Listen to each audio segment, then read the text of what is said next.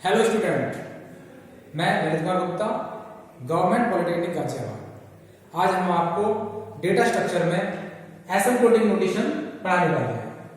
सबसे पहले हम जानेंगे कि एसिम्प्टोटिक नोटेशन होते क्या है। एसिम्प्टोटिक नोटेशन की हम बात करें तो एल्गोरिथम में इसका बहुत इंपॉर्टेंट रोल होता है। एसिम्प्टोटिक नोटेशन का हम ये देखते हैं कि हम कैसे किसी भी एल्गोरिथम की टाइम कॉम्प्लेक्सिटी को निकालते हैं।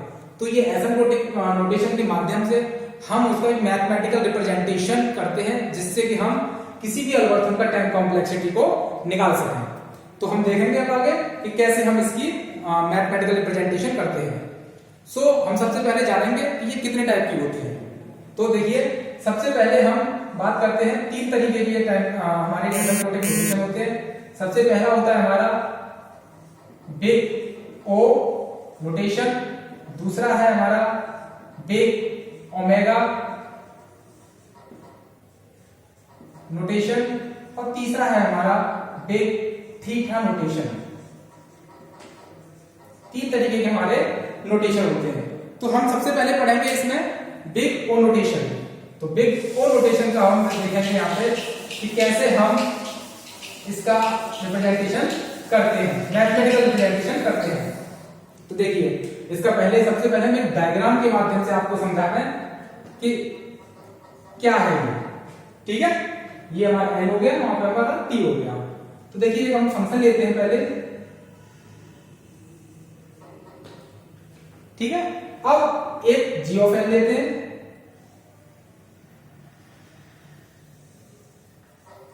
देखिए, जहां लास्ट टाइम हमारी क्रॉस हुई थी वो लाइन, वहां पे हम उसको मानते हैं हम n नॉट। ठीक है, ये हो गया हमारा f ऑफ n और ये हो गया हमारा c g ऑफ n। तो देखिए, c क्या है यहाँ पे, कांस्टेंट वैल्यू है। तो c ऑलवेज ग्रेटर देन 0। ठीक है, इसके बाद n is greater than equal to n not और n not is greater than equal to always is 1।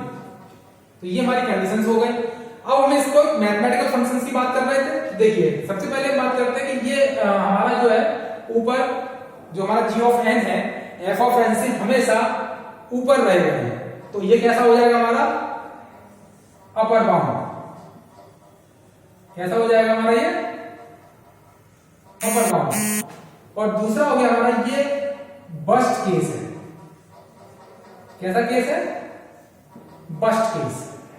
ये दो चीजें होती है, पहला अपर बाउंड और दूसरा बस्ट केस। अपर बाउंड क्यों कहते हैं, क्योंकि ये f ऑफ n फंक्शन से हमेशा ऊपर ही रहेगा। ये अब ऊपर कहां रहेगा, ऊपर तो ये कहीं, इस फंक्शन के ऊपर तो कहीं भी रह सकता है, यहां भी रह सकता है, यहां रह सकता है, यहां रह सकता है, यहां रह सकता है, लेकिन कहीं भी रह सकता है। लेकिन ये यहां है एग्जैक्ट टाइम, सॉरी एग्जैक्ट जो इसकी जो लोकेशन है अभी इस फंक्शन की, इसके ऊपर। तो इसलिए इसको कह सकते हैं लीस्ट। जहां पे प्लॉट हुआ है, ये जहां पे हमने इसको प्लॉट किया है वो हो गया हमारा लीस्ट अपर बाउंड। दूसरा है आपका बस्ट केस। बस्ट केस मतलब अब ये इसके ऊपर कहीं भी हो सकता था, यहां हो सकता है। अब ये इस किसी एक वैल्यू के लिए यहां पे एग्जिस्ट कर रहा है, फिर किसी वैल्यू के लिए यहां एग्जिस्ट करेगा, किसी वैल्यू के लिए यहां एग्जिस्ट करेगा, फिर किसी वैल्यू के लिए यहां एग्जिस्ट करेगा। तो जहां मिल जाएगा हम वहां पे उसको प्लॉट कर देंगे।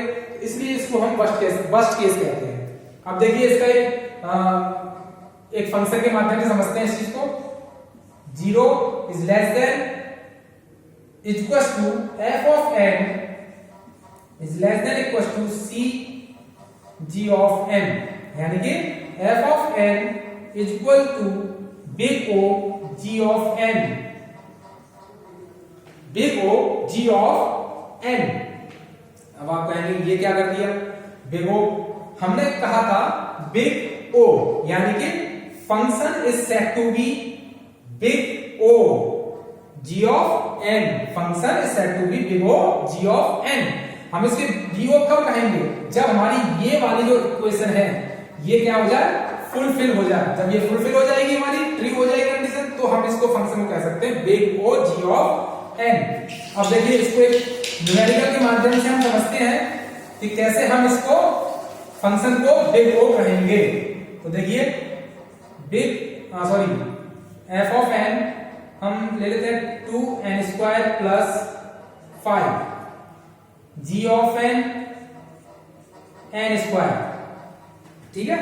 और c की वैल्यू को ले लेते हैं हम 3, ये कांस्टेंट वैल्यू है इसलिए 3।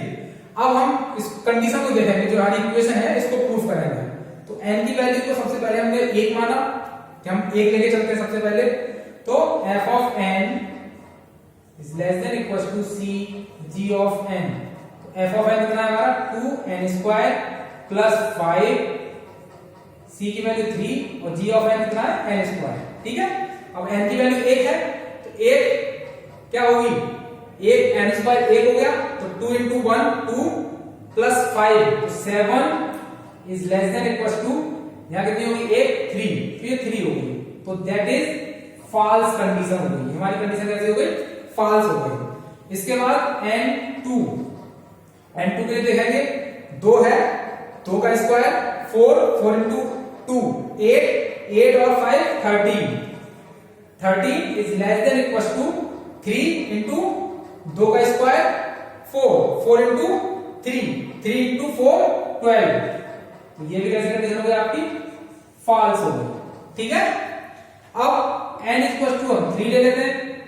अब 3 लेके कितना आएगा, 3 का square 9 into 2 18 plus 5 23 is less than equal to 3 का स्क्वायर 9 into 3 27। ये कंडीशन कैसे हो गई आपकी, ट्रू।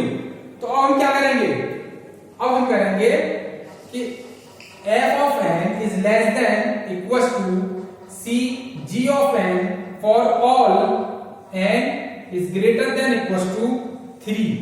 यानी कि हम कह सकते हैं कि n की वैल्यू ग्रेटर हो और इक्वल हो किसके, 3 के। तो हमारा ये जो इक्वेशन है, जो ये फंक्शन है, ये ऑलवेज ट्रू रहेगा। ठीक है, किसके लिए, n की वैल्यू ग्रेटर और इक्वल हो 3 के लिए। ठीक है, इससे हम ये पता कर सकते हैं कि ये हमारा फंक्शन ऑलवेज इस वैल्यू के ऊपर रहेगा। यानी कि यहां पे 3 और f ऑफ n कितना है हमारा, ये। तो हम यहां पे क्या करेंगे, 2n² प्लस 5 और यहां पे 3n²। तो अब हम यहां पर 3 रखें या 3 से कोई ऊपर की वैल्यू रखें, तो ये हमेशा ऊपर ही प्लॉट होता चला जाएगा। इसलिए अपर बाउंड होता है, बस्ट केस होता है, क्योंकि हम इसके 1 2 3 4 जहां पे भी हमें वो वैल्यू ट्रू होगी उसके ऊपर की सारी वैल्यू हमारी कैसे हो जाएंगी, वो अपर बाउंड हो जाएंगी। ठीक है, अब क्या सेकंड क्या था हमारा, बिग ओमेगा।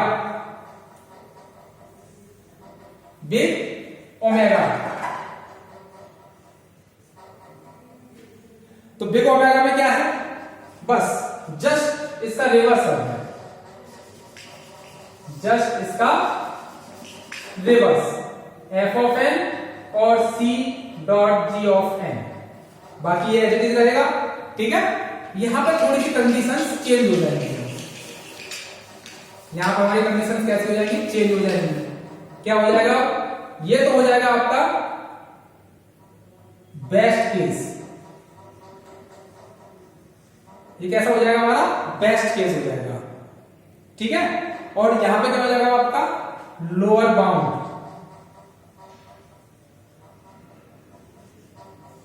At least. ठीक है, अब ये क्या हो जाएगा ना, लोअर बाउंड हो जाएगा। अब यहां पर हमारी कंडीशन थोड़ी सी स्लाइटली चेंज हो जाएगी। पहले देखो, इसको हटा देते हैं यहां से।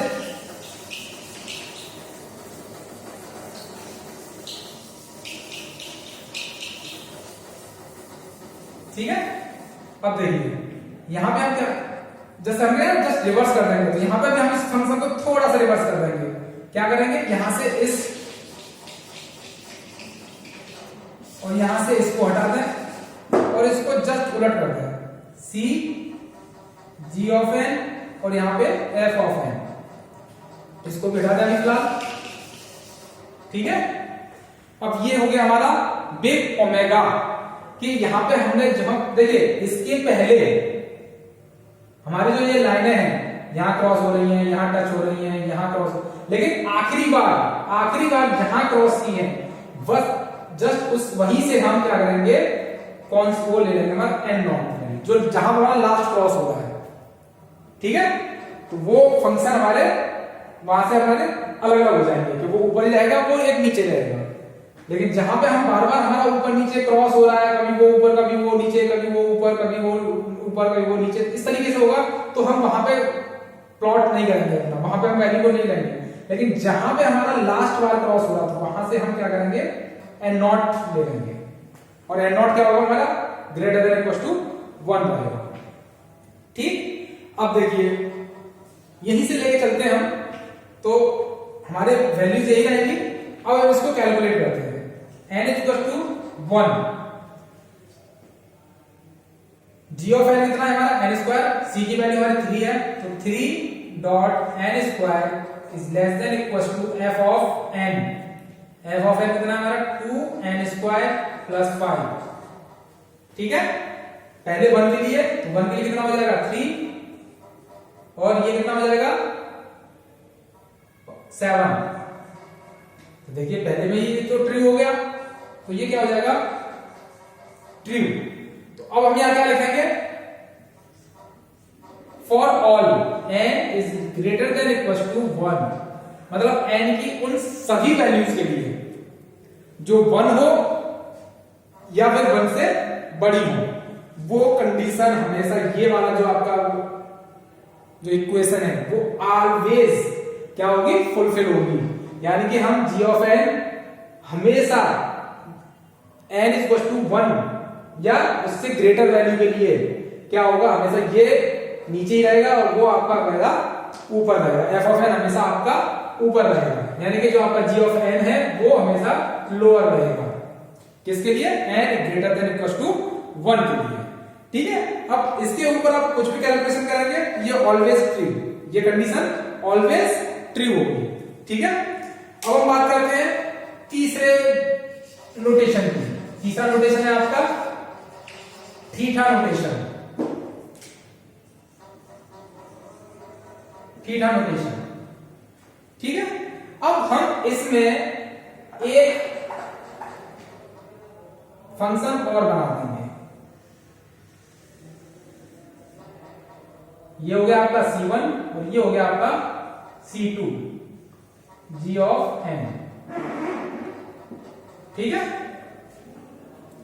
अब यहां पे क्या हो जाएगा हमारा, पहले हमारा क्या था, फर्स्ट केस, फिर बेस्ट केस, और ये हो जाएगा आपका एवरेज केस। ये क्या हो जाएगा आपका एवरेज केस।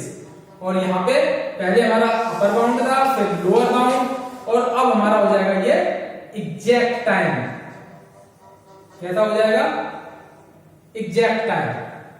ठीक है, एग्जैक्ट टाइम में हम उसे पता कर लेंगे। अब यहाँ पे हमारे जो ये हमारे फंक्शन सेम रहेंगे सारे के सारे, कि n is greater then n not, क्योंकि आपका n नॉट से n always is greater equal. ठीक है, इसको बिगाड़ते हैं यहां से। ठीक है, चलिए इसको तो रहने देते हैं। ठीक, इसको बिगाड़ देते हैं, इसको बिगाड़ देते हैं यहां से, और ये आपका जो फंक्शन है ये थोड़ा सा चेंज हो जाएगा इस बार। ठीक, तो देखिए 0 less than C1 g of n is less than equal to f of n। देखिए सब आपको इस डायग्राम से पता चल जाएगा। ठीक है, is less than equal to C2 g of n। ठीक, तो देखिए ये हो गई आपकी अब इक्वेशन। अब आपको इस इक्वेशन से मैथमेटिकल जो रिप्रेजेंटेशन है वो करना है कि अब इसका n की वैल्यू को कौन सी होगी जिसके माध्यम से हमारी ये जो थीटा नोटेशन है, जो ये हमारी फंक्शंस है, जो लाइनें बनी हुई है, ये फुलफिल हो जाए। ठीक है, तो देखिए हम सेम वही फंक्शन वही इक्वेशंस ले लें। तो देखिए अब देखिए यहां पे दो चीजें हैं, क्योंकि हमारे पास दो कांस्टेंट वेरिएबल C1 और C2, तो C1 के लिए 3 हो गया और C2 के लिए 4 ले लेते हैं। ठीक है, वो क्यों, क्योंकि ये आपकी देखिए ये फंक्शन हमेशा नीचे रहेगा C1 वाला, और C2 हमेशा बड़ा रहेगा, तो हमेशा C2 को आप छोटा लेंगे और C1 को आप छोटी कांस्टेंट वैल्यू लेंगे और C2 की कांस्टेंट वैल्यू उससे बड़ी रखेंगे। ठीक है, अब देखिए C1 3 g of n square less than f of n कितना है 2n स्क्वायर प्लस 5। ठीक है, फिर उसके बाद less than equal to C2 4 और g ऑफ n स्क्वायर। तो सबसे पहले वही चीज n1 के लिए क्या लेंगे हम, इसमें इसमें पुट करेंगे n की वैल्यू कितनी हो जाएगी 3 लेस देन इक्वल टू यहाँ पे 7 और लेस देन इक्वल टू यहाँ पे 4। ठीक है, अब देखिए 3 is less than equal to not fulfil नहीं हो रही है, यहां पे ये भी फुलफिल नहीं हो रही है। ठीक है, क्योंकि ये बड़ी है, इससे कंडीशन कैसी हो गई है फॉल्स। कंडीशन कैसी हो गई है फॉल्स। अब आप क्या लेंगे n2 के लिए लेंगे, तो 2 के लिए क्या हो जाएगा n square 4 into 3 12 less than, यहां देखिए 4 इंटू 2 8 प्लस 5 13। यहां देखिए अब n स्क्वायर मतलब 2 का स्क्वायर 4 इंटू 4, तो ये हो गया 16। तो देखिए 12 is less then 13 is less then 16, तो ये क्या हो गई वैल्यू ट्रू हो गई। तो वैल्यू ट्रू हो गई, तो यहां पे क्या आ जाएगी n की value is greater than equal to 2 for all values whose n is greater than equals to 2। कहने का मतलब ये हुआ कि n की वैल्यू 2 के लिए, n की वैल्यू 2 और 2 से बड़ी वैल्यूज, वो हमेशा ये इन फंक्शंस को क्या करेंगे ऑलवेज ट्रू रखेंगे। ठीक है, तो इस तरीके से हम क्या कर सकते हैं अपने big O notation, big omega notation और बिग थीटा नोटेशन, हम तीनों नोटेशन से ये पता कर सकते हैं कि किस एल्गोरिथम की टाइम कॉम्प्लेक्सिटी क्या होगी और कैसे हम उसे मेजर करेंगे। तो वो हम इस जो हमारा ये तरीका है, जो हमारे फंक्शंस हैं, मैथमेटिकल इक्वेशंस हैं, इससे हम इसका पता लगा सकते हैं। Okay, thank you.